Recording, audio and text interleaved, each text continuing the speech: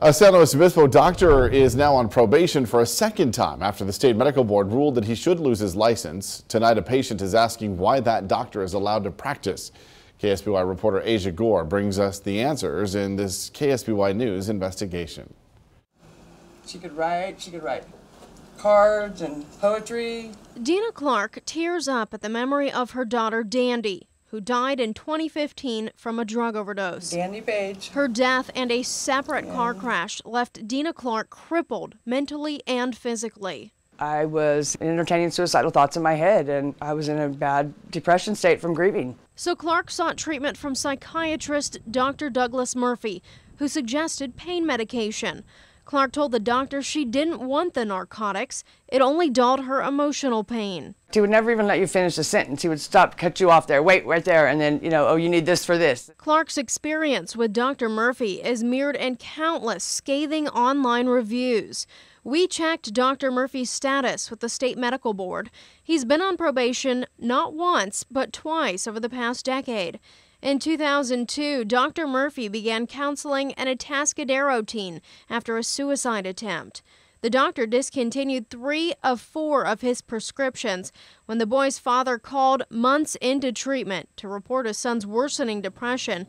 No new appointments were made. The teen committed suicide 2 weeks later. At the same time, Dr. Murphy was counseling a woman for depression. The board's investigation revealed Dr. Murphy became infatuated with his patient, buying her gifts, taking her to church, and writing her almost daily emails. That patient terminated treatment. Dr. Murphy treated a 65-year-old Paso Robles man sporadically between 2005 and 2013 for work-related anxiety. The medical board's report shows Dr. Murphy prescribed more than 4 medications without a documented medical rationale. In 2013, the man took his own life, telling his wife he felt like he was in the twilight zone. The board has twice moved to revoke Dr. Murphy's license. Earlier this year, after their most recent investigation, his license was revoked. But last month, the revocation was suspended, provided he complete additional training in medical record keeping, ethics, and professional boundaries. In 2017, the California Medical Board received 10,000 general complaints. 50 doctors lost their license.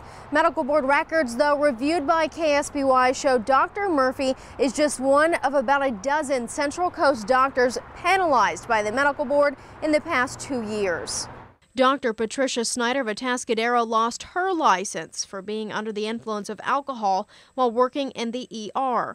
In Santa Maria, Dr. Gerald Ebner, an OBGYN, surrendered his license after allegedly kissing a pregnant woman following her physical exam. Dr. Murphy did not respond to our request for an on-camera interview. However, in the board report, he admitted to, quote, unwittingly stepping over a line that is at least controversial.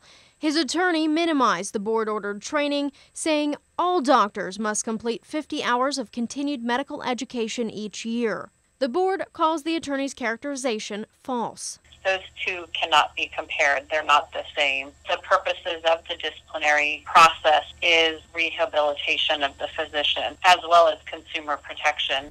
Ann Robin, a SLO County patient advocate, says many instances of poor patient care aren't even reported. A lot of people don't complain about their provider due to the continuing stigma of mental health and addiction and feel like, well, they won't be believed. So this is Dandy and Michaela here. Clark says Dr. Murphy should not have a license. Hopefully you have to think about what he does. He's dead to people. This is not okay. In San Luis Obispo, Asia Gore, KSBY News.